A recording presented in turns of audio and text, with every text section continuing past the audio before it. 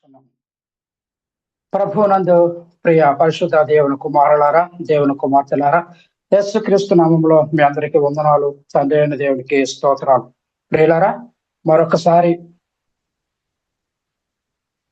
మెల్కీసెదెకు ఎవరు అనే అంశం ద్వారా మిమ్మలను సమీపించడానికి దేవుడు నాకు ఇచ్చినటువంటి ఈ అవకాశాన్ని బట్టి దేవుడికి స్తోత్రాలు చెల్లించుచున్నాను. ప్రియులారా, ఈ దినము మనం నేర్చుకునేటటువంటి అంశం ఏంటంటే మెల్కీసెదెకు ఎవరు అనే అంశాన్ని మనం ప్రారంభించుకుందాం. గతంలో మరి అబ్రహాము ఎదురు చూసిన క్రీస్తు దినము ఏది అనేటట్టు అంశం గురించి కొన్ని విషయాలు మనం చూసుకున్నాం. ఈ దినము మెల్కీసెదెకు ఎవరు అనే దాని గురించి మరికొన్ని విషయాలు మనము తెలుసుకోవడానికి ప్రయత్నం చేద్దాం. ప్రియులారా, లేఖన భాగం చదువుకొని మనం ముందుకు వెళ్దాం. హెబ్రీయులకు రాసినటువంటి పత్రిక 7వ అధ్యాయము మొదటి 10 వచనాలు మనం చదువుకొని మనం ముందుకి కొనసాగుదాం. ప్రియులారా, బైబిల్ ఉన్న వారందరూ చాలించి చూడండి. హెబ్రీయులకు రాసినటువంటి పత్రిక 7వ అధ్యాయము 1 నుంచి 10 వచనాలు. రాజులను సంహారం చేసి తిరిగి వచ్చుచున్న అబ్రహామును ఎవడు కలుసుకుని అతనిని ఆశీర్వదించెనో, ఎవనికి అబ్రహాము అన్నిటిలో దశమాంశము ఇచ్చెనో, ఆ సాలేము రాజును మహోన్నతుడగు దేవుని యాజకుడైన మెల్కీసెదెకు నిరంతరము యాజకుడిగా ఉన్నాడు. అతని పేరుకు మొదట నీతికి రాజనియు తరువాత సమాధానపు రాజనియు అర్థమిచ్చినట్టే సాలేము రాజని అర్థము. అతడు తండ్రి లేనివాడును తల్లి లేనివాడును వంశావళి లేనివాడును జీవిత కాలమునకు ఆది అయినను జీవమునకు అంతమైనను లేనివాడనయుండి దేవుని కుమారుని పోలి ఉన్నాడు. ఇతడంత ఘనుడో చూడుడి. మూల పురుషుడైన అబ్రహాము అతనికి కొల్లగొన్న శ్రేష్టమైన వస్తువులలో 10వ వంతు ఇచ్చెను. మరియు లేవి కుమారులలో నుండి యాజకత్వము పొందువారు తమ సహోదరులు అబ్రహాము గర్భవాసము నుండి పుట్టినను ధర్మశాస్త్రము చొప్పున వారి యొద్ద అనగా ప్రజల యొద్ద 10వ వంతును పుచ్చుకొనుటకు ఆజ్ఞను పొంది ఉన్నారు. గనుక వారితో సంబంధించిన వంశావళి లేని వాడైన మెల్కీసెదెకు అబ్రహామునొద్ద 10వ వంతు పుచ్చుకొని వాగ్దానాలను పొందిన వాణిని ఆశీర్వదించెను. తక్కువ వాడు ఎక్కువ వాని చేత ఆశీర్వదించబడినమాట కేవలము నిరాక్షేపమై ఉన్నది. మరియు లేవి క్రమము చూడగా చావునకు లోనైన వారు 10వ వంతులను పుచ్చుకొనుచున్నారు. అంతేకాక ఒక విధమున చెప్పిన ఎడల 10వ వంతులను పుచ్చుకొను లేవియు అబ్రహాము ద్వారా దశమాంశములను ఇచ్చెను. ఎలాగనగా మెల్కీసెదెకు అతని పితరుని కలుసుకున్నప్పుడు లేవి తన పితరుని గర్భంలో ఉండెను. ప్రియులారా, చదవబడిన లేఖన భాగమును మనం పరిశీలన చేసుకుంటే ఈ లేఖన భాగమును చూపిస్తూ మరొక లేఖన భాగమును మరి మన ప్రియులు చూపిస్తా ఉన్నారు. అది యోహాను సువార్త 8వ అధ్యాయం 56వ వచనంలో ఆ మాట చూపిస్తున్నారు. మీ తండ్రి అయిన అబ్రహాము నా దినము చూడవలెనని మిగులు ఆనందించెను, అది సంతోషించెను అనే ఈ మాటను తీసుకొని వచ్చి మరి అబ్రహాము మరి మెల్కీసెదెకు అనగా యేసుక్రీస్తును చూసేశాడు. ప్రియులారా, అబ్రహామును యేసుక్రీస్తే మెల్కీసెదెకుగా అబ్రహాము దగ్గరకు వచ్చేశాడు. అబ్రహాము యేసుక్రీస్తును చూశాడు. యేసుక్రీస్తు మరి డైరెక్ట్ గా ప్రత్యక్షమైపోయి అబ్రహామునకు కనబడ్డాడు అని చెప్పేసి మన ప్రియులు బోధ చేస్తా ఉన్నారు. ఇంకా ఏమంటారంటే, అబ్రహామా నీవు నన్ను చూస్తానన్నావు కదా, ఇదిగో నేను వచ్చేసాను, నన్ను చూడు. ఎందుకంటే అబ్రహాము ఆయనను చూడాలని ఆశపడ్డాడు కదా. ప్రియులు ఆలోచించేయండి, కనబడ్డాడు, చూసేశాడు అని చెప్పేసి మన ప్రియులు చెబుతా ఉన్నారు. ప్రియులు ఒక్కసారి లేఖన భాగాన్ని మనం పరిశీలన చేసుకుంటే ఈ లేఖన భాగమును మరి చూపించి ఇదిగో యేసుక్రీస్తు మరి వచ్చేసాడు, అబ్రహాము దగ్గరకు వచ్చేసాడు, అబ్రహాము కనబడ్డాడు, అబ్రహాము చూసేశాడు అని వారు చూపించుచున్నటువంటి వచనాలలో మరి యొక్క వచనమును వారు చూపిస్తూ వారు మరి ముందుకి వెళ్తా ఉన్నారు. వారు ఈ వచనాన్ని చూపించి ఇదిగో యేసుక్రీస్తే డైరెక్ట్ గా వచ్చేసాడు అబ్రహాము చూశాడు, అబ్రహాము కనబడ్డాడు, అబ్రహాము చూశాడు, ఆనందించాడు, సంతోషించాడు, గంతులు వేశాడు అని చెప్పేసి వారు చెబుతా ఉన్నారు. ఈ వచనాన్ని చూపించి వారు మరి ఎంతగానో మరి దేవుని వాక్యమును, సత్య సంబంధమైనటువంటి వాక్యమును వారు వక్రీకరించి మరి సత్యమునకు భిన్నమైనటువంటి సువార్తను వారు ప్రకటన చేస్తూ ఉన్నారు. మరి జనాలను వారు మోసం చేస్తూ వారు ముందుకు వెళ్తా ఉన్నారు. మరి సత్యంలో ఉన్నటువంటి వారిని అసత్యంలోనికి నడిపించి మరి నిత్య జీవానికి వారసులుగా ఉండాల్సినటువంటి వారిని మరి నిత్య జీవానికి వారసులుగా కాకుండా మరి నిత్య నరకానికి వారు తీసుకుని వెళ్ళేటటువంటి పరిస్థితిని నేడు మనం చూస్తా ఉన్నాం. ప్రేరాలు వారు చూపించేటటువంటి లేఖన భాగాలలో ఒక భాగాన్ని నేను ఈ దినాన్ని మీ ముందు ఉంచాలని ఆశపడుతున్నాను. మీకా గ్రంథము 5వ అధ్యాయము 2వ వచనాన్ని మనం చదువుకుందాం. బెత్లెహేము ఎఫ్రాతా, యోధా వారి కుటుంబములలో నీవు స్వల్ప గ్రామమైనను నా కొరకు ఇశ్రాయేలీయులను ఏలబోవాడు నీలో నుండి వచ్చును. పురాతన కాలము మొదలుకొని శాశ్వత కాలము వరకు ఆయన ప్రత్యక్షమగుచుండెను. ప్రేలారా చదవబడిన లేఖన భాగాన్ని మనం పరిశీలన చేసుకుంటే, బెత్లెహేము ఎఫ్రాతా, యోధా వారి కుటుంబములలో నీవు స్వల్ప గ్రామమైనను నా కొరకు ఇశ్రాయేలీయులను ఏలబోవు నీలో నుండి వచ్చును అని ఈ వాక్య భాగమును ఎంతటితో దీన్ని ముగించినట్లయితే బాగుండేది. కానీ తరువాత ఇంకేమంటున్నాడంటే, ఇంకా ఏమంటున్నాడో మనం పరిశీలన చేసుకుంటే, పురాతన కాలము మొదలుకొని శాశ్వత కాలము ఆయన ప్రత్యక్షమగుచుండెను అంటున్నాడు. ఆయన ప్రత్యక్షం అవుతున్న ఆ పరిస్థితులలోనే యేసుక్రీస్తు అబ్రహాము దగ్గరకు వచ్చేసాడు అని చెబుతున్నారు.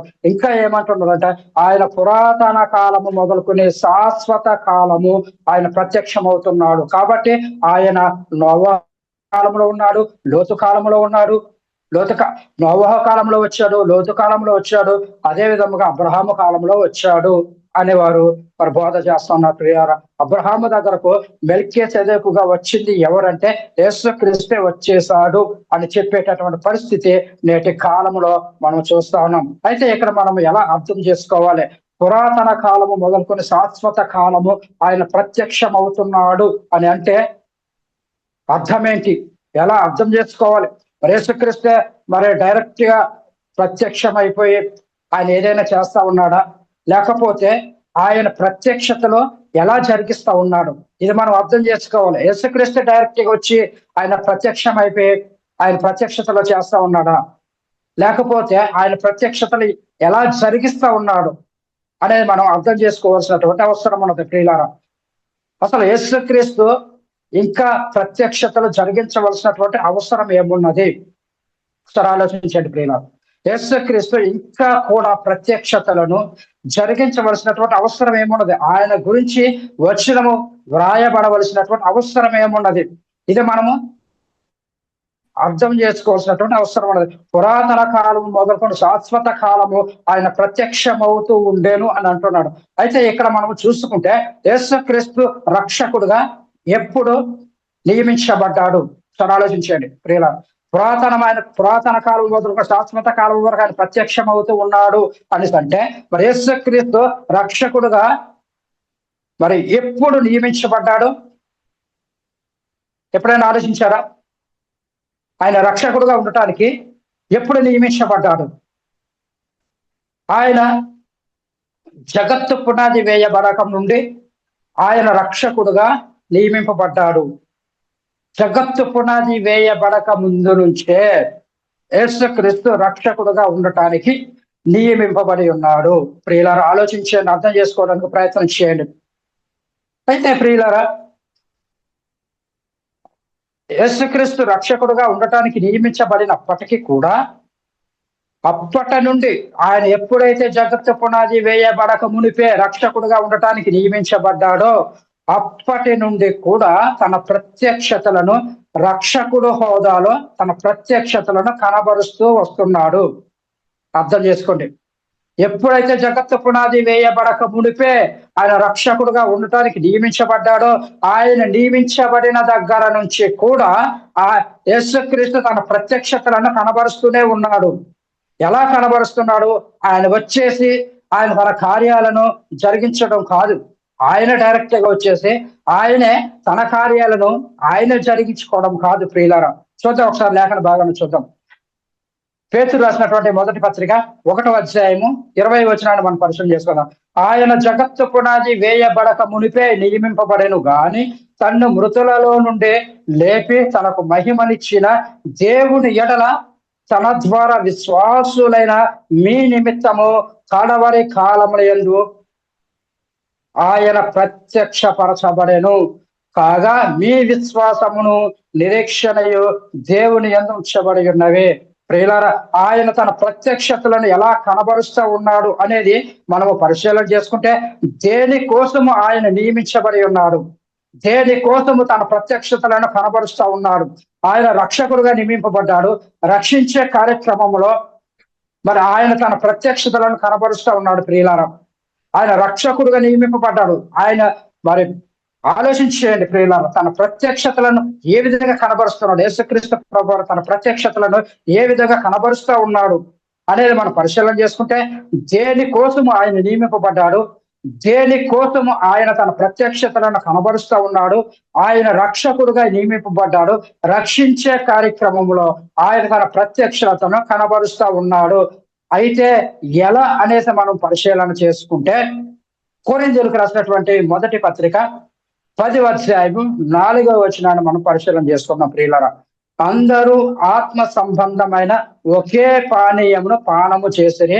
ఎలా అనగా తమ్మును వెంబడించిన ఆత్మ సంబంధమైన బండలోనిది త్రాగిరి, ఆ బండ క్రీస్తే అని ఇక్కడ లేఖనము చాలా స్పష్టంగా వ్రాయబడి ఉన్నది.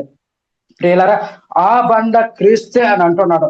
అంటే వాళ్ళను రక్షించడానికి ఆయన ఎలా ప్రత్యక్షమయ్యాడండి, ఎలా ప్రత్యక్షం అవుతున్నాడు ఒకసారి ఆలోచించేయండి. ఇశ్రాయేలును రక్షించడానికి ఆయన ఏ విధంగా ప్రత్యక్షమయ్యాడు, ఏ విధంగా ప్రత్యక్షం అవుతున్నాడు ప్రియులారా ఒకసారి ఆలోచించేయండి. ఆ బండ క్రీస్తే అని అంటున్నాడు. అంటే వాళ్ళను రక్షించటానికి ఆయన ఎలా ప్రత్యక్షం అవుతున్నాడు. వాళ్లకు నీళ్లు లేని సమయంలో వాళ్ళకు నీళ్లు ఎక్కడి నుండి వచ్చాయి, ఎలా వచ్చాయి, బండలో నుండి నీళ్లు వచ్చాయని చెప్పేసి లేఖన భాగము చాలా స్పష్టంగా తెలియజేస్తా ఉన్నది. ఆ బండ ఎవరంటున్నారంటే ఆ బండ క్రీస్తు అని అంటున్నాడు. మరి యేసుక్రీస్తు తన ప్రత్యక్షతలను ఎలా కనబరుస్తూ ఉన్నాడు, వాళ్ళను ఎలా రక్షించాడు, ఆ బండలో నుండి నీళ్లు ఎలా వచ్చాయి అంటున్నాడు.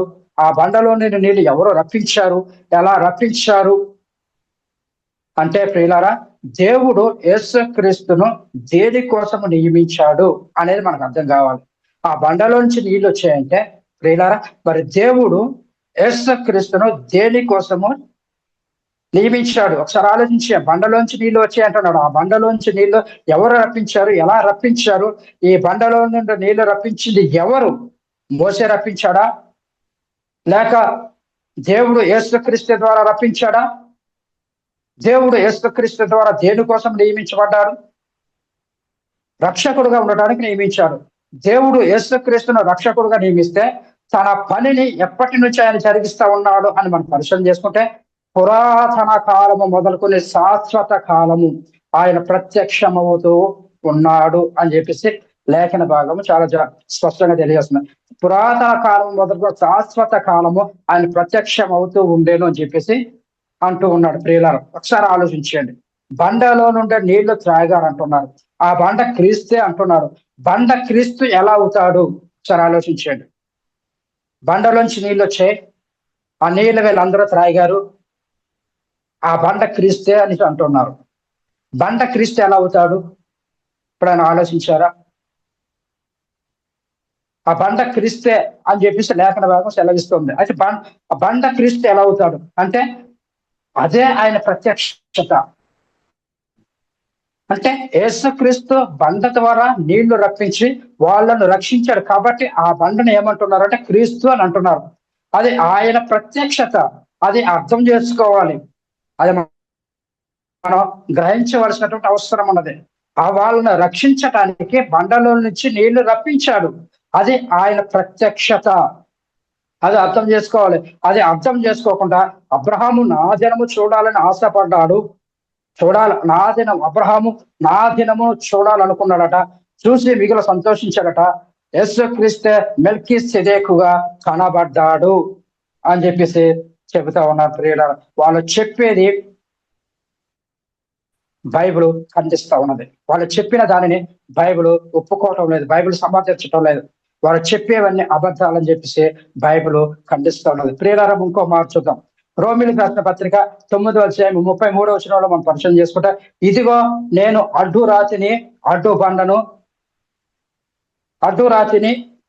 బండను సియోనులో స్థాపించుచున్నాను, ఆయన యందు విశ్వాసం ఉంచువాడు సిగ్గుపడడు అని వ్రాయబడిన ప్రకారము వారు అడ్డు రాయి తగిలే తొట్రుపడిరి.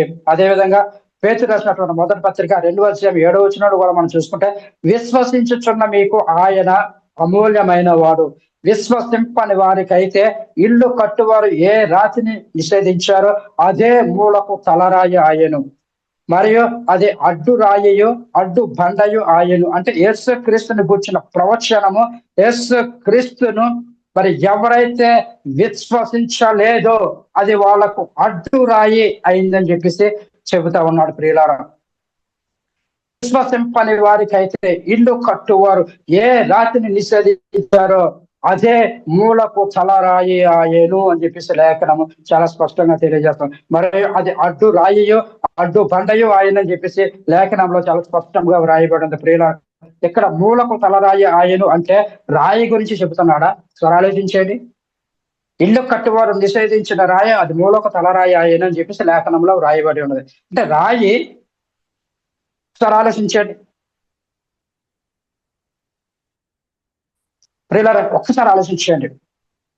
యేసు క్రీస్తుని కూర్చున్న ప్రవచనం ప్రియులారా, మూలకు తలరాయి ఆయనంటే నిషేధించినటువంటి రాయి అది మూలకు తలరాయి ఆయనంటే మరి రాయి గురించి ఇక్కడ చెబుతున్నాడా లేక యేసు క్రీస్తుని గురించి చెబుతున్నాడా?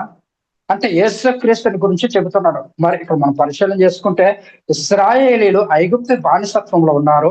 ఐగుప్తు బానిసత్వంలో నుండి ఇశ్రాయేలీలను బయటకు రావాలంటే అక్కడ ఒక కార్యం జరిగించమని యేసు క్రీస్తుకు చెప్పాడండి. అక్కడ ఒక కార్యం జరిగించమని యేసు క్రీస్తు చెప్పాడు. ఏం చెప్పాడంటే, పస్కా బలి పశువును వధించండి, దాని రక్తము కొంచెము తీసి ఇండ్ల ద్వారబంధపు 2 కమ్ముల మీదను పైకమ్మి మీదను చల్లవలెను. ఎందుకంటే ఆ రాత్రి నేను ఐగుప్తు దేశమందు సంచరించి ఐగుప్తు దేశమందుల మనుషులలోనే గాని జంతువులలోనే గాని తొలి సంతతి అంతయో హతము చేసి ఐగుప్తు దేవతలందరికీ తీర్పు తీర్చదను. కనుక ఎవరైతే పస్కాను ఆచరించి ఆ కార్యము జరిగిస్తారో సంహారపు దూత వచ్చినప్పుడు మీరున్న ఎండ్ల మీద ఆ రక్తము మీకు గుర్తుగా ఉండును. నేను ఆ రక్తమును చూచి మిమ్మల్ని నశింప చేయక దాటిపోయేదను అని చెప్తా ఉన్నాడు. కాబట్టి ప్రియులారా, ఆలోచించండి. ప్రియులారా, ఒకసారి ఆలోచించండి, అర్థం చేసుకోవడానికి ప్రయత్నం చేయండి. ప్రియులారా, మరి ఈ చదవబడినటువంటి లేఖన భాగంలో మనం పరిశీలన చేసుకుంటే, మరి ఆ దినాలలో ఎవరైతే పస్కా బలి పశువును వధించి ఆ వధించబడినటువంటి ఆ పస్కా బలి పశువు యొక్క రక్తాన్ని మరి తమ ఇండ్ల ద్వారబంధపు 2 నిలువు కమ్ముల మీదను పైకమ్మ మీదను చల్లుతారో ఆ గృహంలో ఉన్నటువంటి వాళ్ళు ఆ సంహారపు దూత నుండి తప్పించబడతారు అని చెప్పేసి ఈ లేఖన భాగము చాలా స్పష్టంగా తెలియజేస్తున్నది. ప్రియులారా, గమనించవలసిన విషయం ఏంటంటే, యేసు క్రీస్తు అను మన పస్కా బలి పశువు వధించబడెను అని చెప్పేసి లేఖనాలలో చాలా స్పష్టంగా వ్రాయబడి ఉన్నది.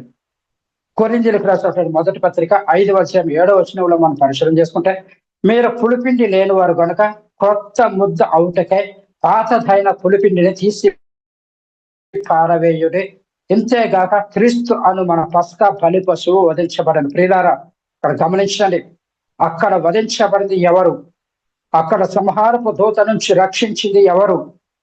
అక్కడ వధించబడినటువంటి ఆ గొర్రె పిల్ల ఎవరు? వధించబడినటువంటి ఆ గొర్రె పిల్ల ఎవరికి సాదృశ్యముగా ఉంది అంటే అప్పుడు అది క్రీస్తుకు సాదృశ్యముగా ఉంది. దానిని వధించి దాని రక్తాన్ని ద్వారబంధముల మీద చల్లటము ద్వారా వాళ్ళు సంహారపు దూత నుండి రక్షింపబడ్డారు. ఇప్పుడున్నటువంటి పరిస్థితులలో మన గురించి ఏం చెబుతున్నాడంటే, క్రీస్తు అను మన పస్కా బలి పశువు వధించబడెను. ఎవరైతే క్రీస్తు రక్తంలో కడుగబడతారో వాళ్ళు సంహారపు దూత నుండి రక్షింపబడతారో చెప్తా ఉన్నాడు. ప్రియులారా, ఆలోచించండి. ఇప్పుడున్న పరిస్థితులలో క్రీస్తు అను మన పస్కా బలి పశువు వధించబడినటువంటి ఆ క్రీస్తు రక్తంలో ఎవరైతే తమ పాపములు కడుగుకొని నీతిమంతులుగా తీర్చబడతారో వారు ఆ సంహారపు దూత నుంచి రక్షింపబడతారు. అనగా నిత్య నరకమునికి వెళ్ళకుండా నిత్య నరకం నుండి వారు రక్షింపబడతారని చెప్పేసి భాగం ఇక్కడ చాలా స్పష్టంగా తెలియజేస్తున్నది. ప్రియులారా, ఎవరైతే క్రీస్తు రక్తంలో కడుగబడతారో వాళ్ళు ఆ సంహారపు దూత నుండి రక్షింపబడతారని చెప్పేసి అంటా ఉన్నాడు.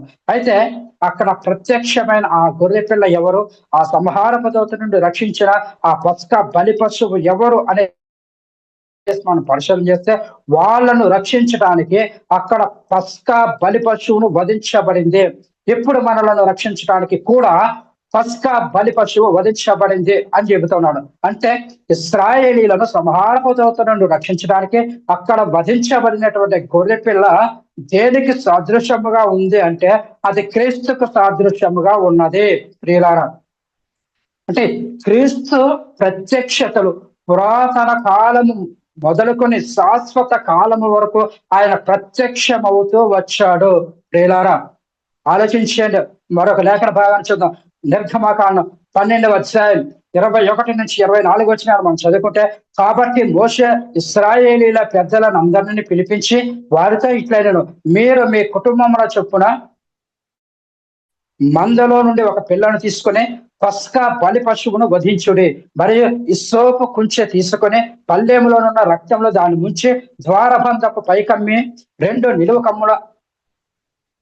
కమ్ముల ద్వారము నుండి 2 నిలువ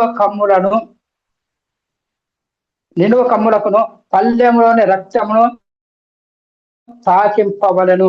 తరువాత మీలో నెవరును ఉదయం వరకు తన ఇంట ద్వారం నుండి బయలు వెళ్ళకూడదు. యెహోవా ఐగుప్తీయులను హతము చేయుటకు దేశ సంచారము చేయొచ్చు ద్వార బంధపు పైకమ్మి మీదను 2 నిలువ కమ్ముల మీదను ఉన్న రక్తమును చూచి యెహోవా ఆ తలుపును దాటిపోయెను. మేము హతము చేయుటకు మీ ఇండ్లలోనికి సంహారకునికి చోటియ్యడు. ప్రియులారా, చూడండి, ఫిబ్రవరికి రాసిన పత్రిక 11వ అధ్యాయం 28వ వచనాన్ని మనం పరిశీలన చేసుకుంటే, తొలిచూల పిల్లలను నాశనము చేయువాడు ఇశ్రాయేలీలను ముట్టకుండు నిమిత్తము అతడు మరి విశ్వాసమును బట్టి పస్కాను రక్త ప్రోక్షణ ఆచారమును ఆచరింపవలను. ప్రియులారా, ఇంకా మనం పరిశీలన చేసుకుంటే మరి అరణ్యంలో మోసే సర్పాన్ని ఎత్తాడట. ప్రియులారా, ఆలోచించేయండి. ఈ లేఖనాలను ఇంకా మనం పరిశీలన చేసుకుంటే మోసే అరణ్యంలో సర్పాన్ని ఎత్తాడంట. ఎందుకు ఎత్తాడు, దేనికి ఎత్తాడు? ఎప్పుడైనా ఆలోచించారా? సర్పం ఎత్తబడింది అంటే ఎందుకు ఎత్తబడింది, దేనికి ఎత్తబడింది? మనం ఆలోచన చేసుకుంటే యోహాను సువార్త 3వ అధ్యాయం 14-15 వచనాలు చూస్తే, అరణ్యంలో మోసే సర్పములు ఎలాగూ ఎత్తేనో అలాగే విశ్వసించి ప్రతి వాడును నశింపక ఆయన ద్వారా నిత్య జీవము పొందినట్లు మనుష్య కుమారుడు ఎత్తబడవలెను. ప్రియులారా, ఇక్కడ ఎత్తబడింది ఏమిటంటే, ఎత్తబడటం ద్వారా ఏమి జరిగింది? ఇక్కడ ఏమి ఎత్తబడింది? ఎత్తబడటం ద్వారా ఏమి జరిగింది? మనుష్య కుమారుడు ఎత్తబడుట ద్వారా ఏమి జరిగింది? ప్రియులారా, మనుష్య కుమారుడు ఎత్తబడుట ద్వారా ఏం జరిగింది? ఒకసారి ఆలోచించండి ప్రియులారా, ఒక్కసారి ఆలోచించండి. ఆయన ప్రత్యక్షతలు ఎలా ఉన్నాయో ఒకసారి చూడండి ప్రియులారా. అక్కడ మోసే అరణ్యంలో సర్పాన్ని ఎత్తారట. ఇక్కడ మనుష్య కుమారుడు పైకెత్తబడుట ద్వారా ఏమి జరిగింది? ఒకసారి ఆలోచించండి. యేసుక్రీస్తు ప్రత్యక్షతలు ఏ విధంగా జరుగుతూ ఉన్నాయో చూడండి, ఎలా జరిగిస్తూ ఉన్నాడో చూడండి ప్రియులారా. ఒకసారి ఆలోచించేయండి ప్రియులారా, ఒకసారి ఆలోచించండి. ఆయన ప్రత్యక్షతలు ఎలా ఉన్నాయో, దేవుడు ఎలాగూ క్రీస్తు ప్రత్యక్షతలను కనబరిచాడో మనం అర్థం చేసుకోవాల్సినటువంటి అవసరం ఉన్నది. దేవుడు క్రీస్తు యొక్క ప్రత్యక్షతలను ఆయన కనబరుస్తూ ఉన్నాడు. ఏ విధంగా కనబరుస్తున్నాడు అనేది మనము అర్థం చేసుకోవాల్సినటువంటి అవసరం ఉన్నది. అంతేగాని వాక్యమును వక్రీకరించి ఆయన యేసుక్రీస్తు మెల్కీసెదెకుగా ఈ లోకానికి వచ్చేసాడు, అబ్రహాముకి కనబడ్డాడు, అబ్రహాము యేసుక్రీస్తుని చూసేశాడు, సంతోషించాడు, ఆనందించాడు, గంతులు వేశాడని చెప్పేసి వాక్యాన్ని వక్రీకరించి వాక్యమును మీకు అనుకూలంగా మార్చుకొని బోధించటము అది సరి అయినటువంటి పద్ధతి కాదు. మీరు బోధించే ఆ బోధను దేవుని వాక్యము ఖండిస్తున్నది. దేవుని వాక్యము దానిని సమర్థించటం లేదు. అసత్యాన్ని బైబిల్ ఖండిస్తూ ఉన్నది. ప్రియులారా, ఒకసారి ఆలోచించండి, ఒక్కసారి అర్థం చేసుకోవడానికి ప్రయత్నం చేయండి ప్రియులారా. ఇంకా మనం చూస్తే ప్రియులారా, మరి అరణ్యంలో మరి చూడండి, నిర్గమకాండము 21వ అధ్యాయం 4-8 వచనాల్లో మనం చూసుకున్నట్లయితే అరణ్యంలో మోసే సర్పాన్ని ఎలాగెత్తనో అని ఉంటున్నాడు. మోసే అరణ్యంలో సర్పాన్ని ఎందుకు ఎత్తాడు అంటే, సంఖ్యాకాండము 21వ అధ్యాయం 4-9 వచనాలు చూస్తే, వారు ఎదోము దేశమును చుట్టిపోవాలనే హోరు కొండ నుండి ఎర్ర సముద్ర మార్గముగా సాగినప్పుడు మార్గాయాసము చేత జనులు ప్రాణము సొమ్మచిల్లను కాగా ప్రజలు దేవునికి మోషేకును విరోధముగా మాట్లాడి, అరణ్యంలో చచ్చుటకు ఐగుప్తుల నుండి మీరు మమ్మల్ని ఎందుకు రక్షించితిరి? ఇక్కడ ఆహారం లేదు, నీళ్లు లేవు, చవి సారములు లేని ఈ అన్నము మాకు అసహ్యమైనదనిది. అందుకు యెహోవా ప్రజలలోనికి తాపకరములైన సర్పములను పంపెను. అవి ప్రజలను కరవగా ఇశ్రాయేలీలలో అనేకులు చనిపోయరే.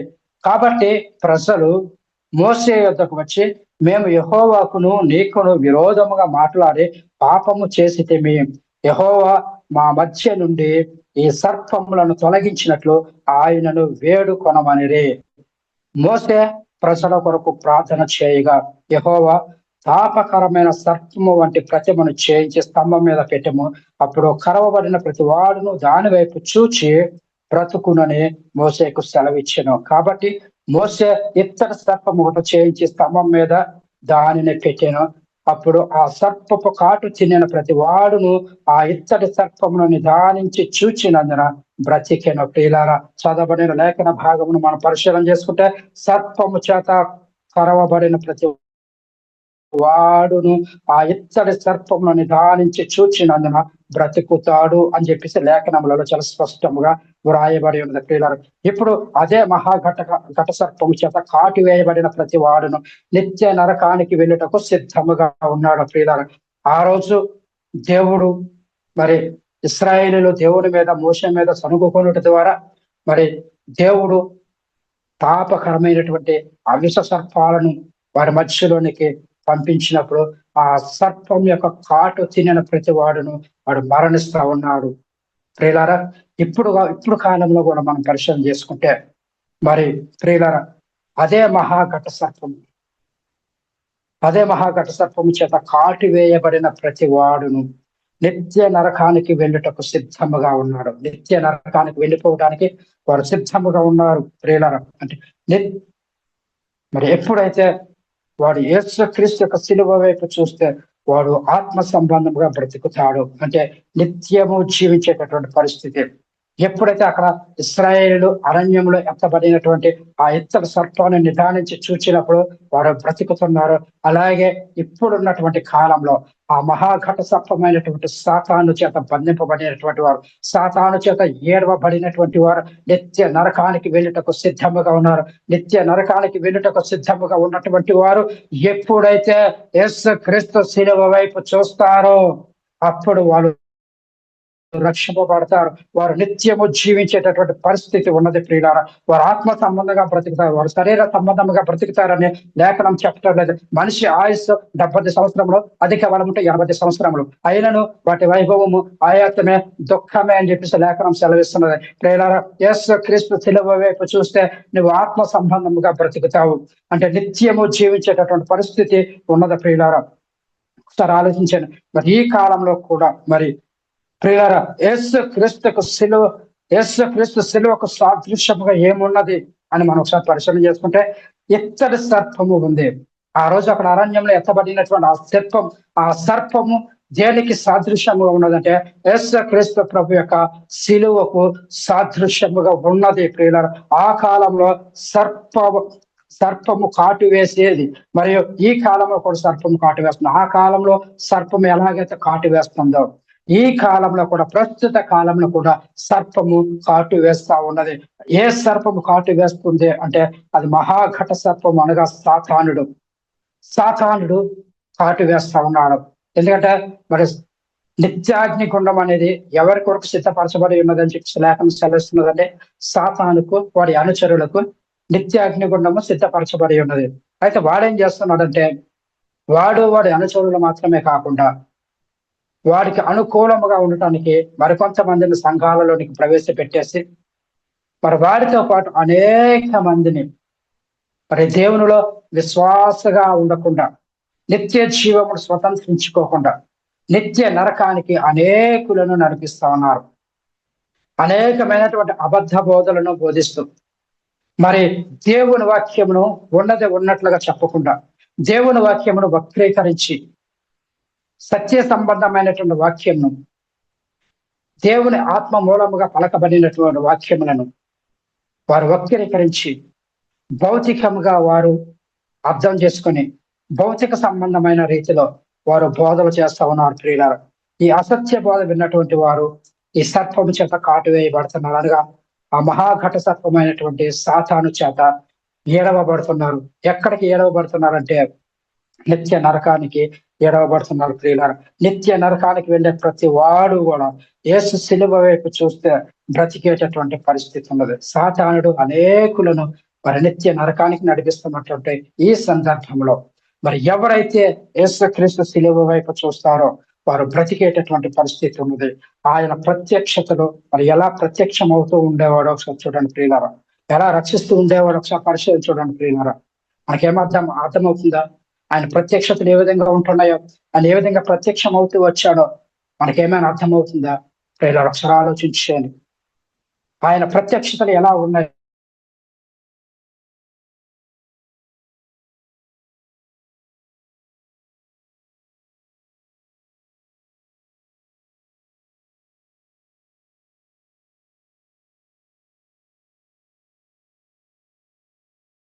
అబ్రహామును కలుసుకున్నది ఎవరు అంటే మెల్కీసెదెకు.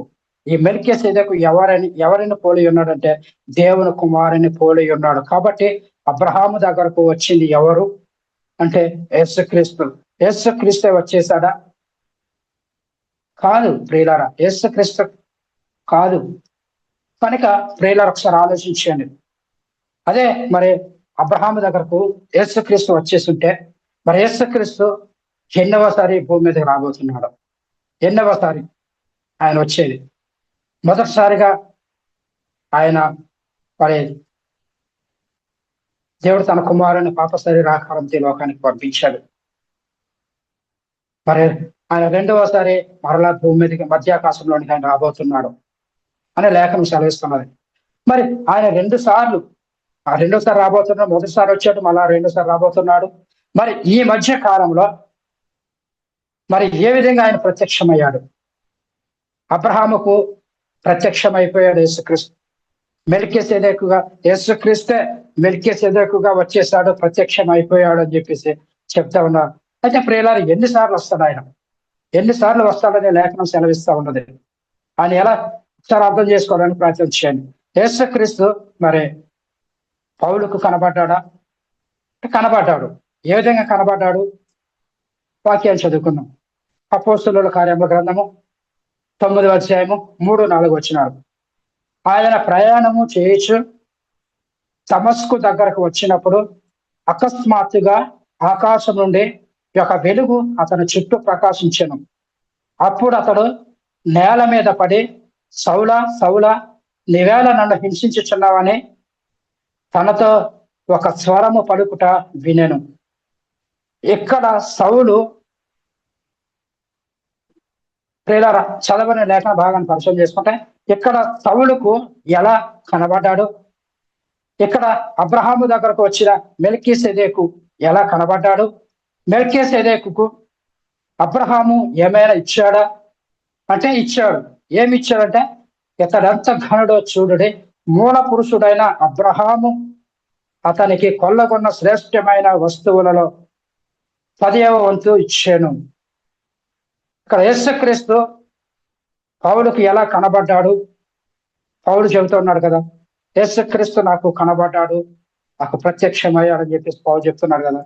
అపోస్తుల కార్యముల గ్రంథము 22 అధ్యాయం 6 వచనాన్ని మనం పరిశీలన చేసుకుంటే, నేను ప్రయాణం చేయుచు దమస్కు మార్గమున సమీపించినప్పుడు మధ్యాహ్న కాలం ముందు ఆకాశం నుండి గొప్ప వెలుగు అకస్మాత్తుగా నా చుట్టూ ప్రకాశించెను. ప్రియులారా, ఇక్కడ గమనించవలసినటువంటి విషయం ఏంటంటే, యేసుక్రీస్తు ఏమై ఉన్నాడు? ఒకసారి ఆలోచించండి.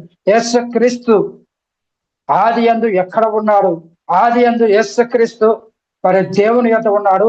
ఆది యందు దేవుని యొద్ద ఉన్న యేసుక్రీస్తు ఏమై ఉన్నాడంటే వాక్యమై ఉన్నాడని బైబిల్ చెబుతుంది. వాక్యమై ఉన్నటువంటి యేసుక్రీస్తు ఏమై ఉన్నాడంటే, మరి యేసుక్రీస్తు దేవుని యొద్ద ఆత్మయ్య అయి ఉన్నాడు. మరి ఆత్మయ్య అయి ఉన్నటువంటి యేసుక్రీస్తు శరీరాన్ని ధరించుకొని ఈ లోకానికి వచ్చాడని చెప్పేసి యోహాను సువార్త 1 అధ్యాయం 14 వచనంలో వ్రాయబడి ఉంది.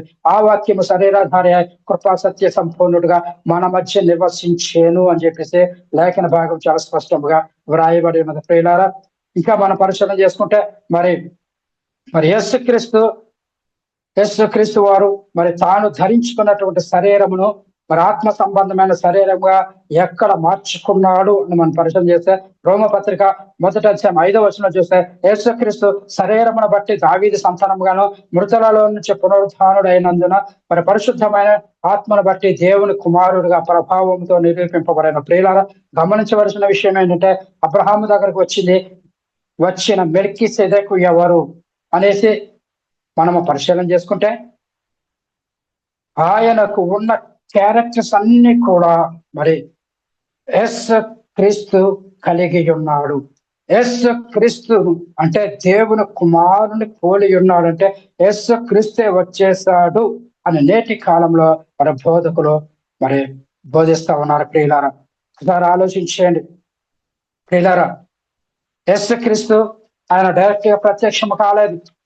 ప్రియులారా, ఆయన ప్రత్యక్షతలు మరి మనం పరిశీలన చేసుకుంటే,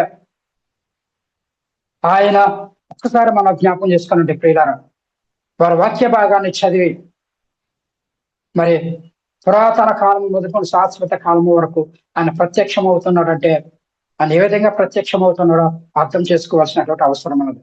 ఇది మనం అర్థం చేసుకోకుండా, దీనిని గ్రహించకుండా మరి వాక్యాన్ని వక్రీకరించి యేసుక్రీస్తే వచ్చేసాడు, మెల్కీసెదెకుగా యేసుక్రీస్తే వచ్చేసాడు, యేసుక్రీస్తు ప్రత్యక్షమయ్యాడు, అబ్రహాము యేసుక్రీస్తుని చూసేశాడు, ఆనందించాడు, సంతోషించాడు, గంతులు వేశాడు అని చెప్పేసి మరి వాక్యాన్ని బోధిస్తూ ఉంటే, ప్రియులారా, మరి ఆయన ప్రత్యక్షతలు ఏ విధంగా ఉన్నాయో అనేది మనం కొంతవరకు మనం చూస్తాం. ప్రియులారా, ఒకసారి ఆలోచించండి, అర్థం చేసుకోవడానికి ప్రయత్నం చేయండి. ప్రియులారా, మరి ఇంకా కొంత భాగం ఉన్నది, అది మరొక క్లాస్ లో మనము పరిశీలన చేద్దాం. ప్రియులారా, ఇప్పటి వరకు మనం విన్న వాక్యమును సరే మనకు మనం నెంబర్ వేసుకుందాం. ఎలాంటి స్థితిలో ఉన్నాం మన విశ్వాసం ఏమై ఉన్నది, మన పరిస్థితి ఏంటి, మన దేని కొరకు ఎదురు చూస్తా ఉన్నాం. ఇక ఆ రోజు ఇశ్రాయేలు అరణ్యంలో ఆ సర్పము చేత కాటు వేయబడి ఎలాగైతే చనిపోతున్నారో, ఈరోజు ఘట సర్పము చేత కాటు వేయబడిన స్థితిలో ఉన్నారు. ఆ రోజు ఇశ్రాయేలు ఏ విధంగా కాటు వేయబడ్డారో, ఈ రోజు కూడా మరి అనేక మంది మహాఘట సర్పమైనటువంటి ఆ సాతాను చేత కాటు వేయబడేటటువంటి స్థితిలో ఉన్నారు. వారు మరణించే స్థితిలో ఉన్నారు. ఆత్మ సంబంధమైన స్థితిలో వారు మరణానికి లోనై ఉన్నారు. వారు జీవం లేని వారుగా ఉన్నారు. లేఖనం సెలవుస్తున్నారు, జీవించుచున్నావన్న పేరు మాత్రం నీకు ఉన్నది కానీ నువ్వు మృతుడవే అంటున్నారు. జీవించుచున్నావన్న పేరు ఉన్నది. ఈరోజు క్రైస్తవులుగా పిలవబడుతున్నటువంటి వారు, విశ్వాసులుగా పిలవబడుతున్నటువంటి దేవుని ప్రజలుగా పిలవబడుతున్నటువంటి వారు ప్రియులారా ఏ స్థితిలో ఉన్నారంటే, మరణించిన స్థితిలో, ఆత్మ సంబంధమైనటువంటి మరణానికి లోనైనటువంటి స్థితిలో ఉన్నారనే లేఖనం చాలా స్పష్టంగా తెలియజేస్తున్నది. ప్రియులారా, ఆత్మ సంబంధమైన మరణం నుంచి నిన్ను తప్పించడానికే యేసుక్రీస్తు ప్రత్యక్షమయ్యాడు. తండ్రి అయిన దేవుడు తన కుమారుడైన యేసుక్రీస్తును పాప శరీరాకారంతో ఈ లోకానికి పంపించాడు. ఆయన శరీరం ముందు మన పాపంలో శిక్ష విధించాడు. ఆయన కాచినటువంటి రక్తము ద్వారా మనకు పాప క్షమాపణ, నిత్య జీవమును దేవుడు అనుగ్రహించాడు. ఆయన జగత్తు పునాది వేయబడక మునిపే రక్షకుడుగా నియమించబడ్డాడు. ఆ జగత్తు పునాది వేయబడక మునిపే రక్షకుడుగా నియమించినటువంటి వ్యక్తి యేసుక్రీస్తు.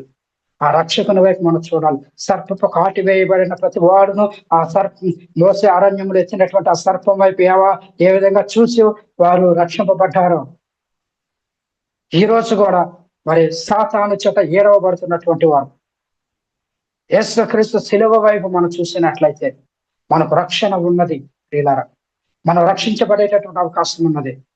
మనం నిత్యము జీవించేటటువంటి అవకాశం ఉన్నది. ఆ నిత్య జీవాన్ని అనుగ్రహించడానికే తండ్రి అయిన దేవుడు తన కుమారుని యేసుక్రీస్తుని ఈ లోకానికి పంపించాడు. ఆ యేసుక్రీస్తు వైపు చూడు, నువ్వు రక్షింపబడతావు.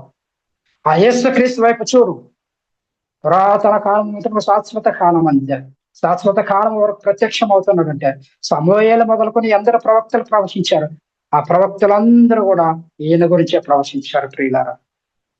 యేసుక్రీస్తు గురించే ప్రవచించారు. ఆ యేసుక్రీస్తుని నిదానించి చూస్తే నువ్వు రక్షింపబడతావు. ఆ యేసుక్రీస్తుని నిదానించి నువ్వు చూడగలిగితే నువ్వు రక్షింపబడతావు ప్రియులారా. సరా ఆలోచించండి, అర్థం చేసుకోనండి ప్రియులారా. ఎవరిని తప్పు పట్టాలని కాదు, కానీ ఎవరిని నిందించాలని కాదు. సంస్థ పరంగా కానీ సంఘ పరంగా కానీ నేను ఎవరిని కించపరచాలని మాటలు మీ ముందుకు తీసుకురావటం లేదు ప్రియులారా. దేవుని వాక్యం ఏదైతే సెలవిచ్చుచున్నదో దానిని మాత్రమే నేను మీ ముందుకు తీసుకురావాలని ఆశపడుతున్నాను. కాబట్టి ప్రియులారా ఆలోచించండి, అర్థం చేసుకునండి, సత్యాన్ని గ్రహించడానికి ప్రయత్నం చేయండి. దేవుడు మనతో మాట్లాడిన ప్రతి మాట ప్రతి ఒక్క హృదయంలో నీరు కట్టి ఫలింప చేయండి గాక. ఆమేన్. అందరికీ వందనాలు. దేవునికి స్తోత్రాలు.